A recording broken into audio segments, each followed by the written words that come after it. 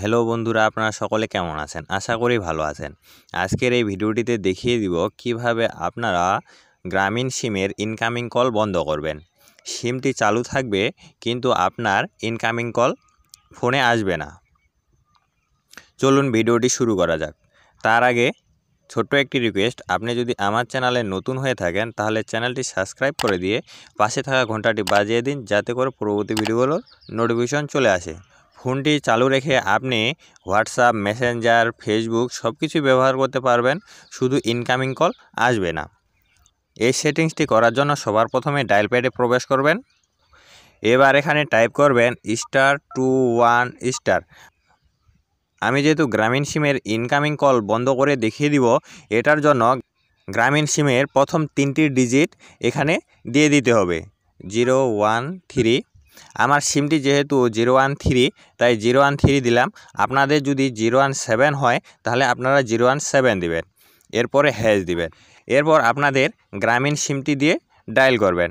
আমার সিম 2-এ গ্রামীণ সিমটি আছে, তাই আমি সিম 2 দিয়ে ডায়াল করলাম। এই দেখুন, এখানে একটা মেসেজ চলে আসছে, call forwarding registration was successful. এটি সাকসেসফুল হয়ে গেছে। এবারে আমি এখানে ওকেতে ক্লিক করি। এবার আমি স্ক্রিনটি একটু উপর থেকে নিচের দিকে নামিয়ে দেখিয়ে দিচ্ছি।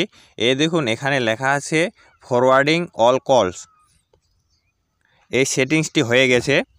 এখন যদি আপনাকে কেউ কল দেয় তাহলে সেই কলটি আপনার ফোনে প্রবেশ করবে না। এখন এই সেটিংসটি কিভাবে বন্ধ করবেন, এটা করার জন্য আবারও ডায়াল প্যাডে প্রবেশ করবেন। এবার এখানে টাইপ করবেন #21#। এবার যে সিমটিতে এই সেটিংসটি করেছেন সেই সিমটি দিয়ে ডায়াল করবেন। আমি সিম 2-এ এই সেটিংসটি করেছি, তাই এই সিম 2 দিয়ে ডায়াল করলাম। দেখুন, এখানে লেখা আসছে call forwarding service has been disable. এটা ডিজেবল করা হয়েছে। এবার এখানে ওকেতে ক্লিক করবেন। আপনারা খুব সহজে এভাবে এই সেটিংসটি করে রাখতে পারবেন। ভিডিওটি ভালো লাগলে ভিডিওটিতে একটি লাইক ও একটি কমেন্ট করবেন।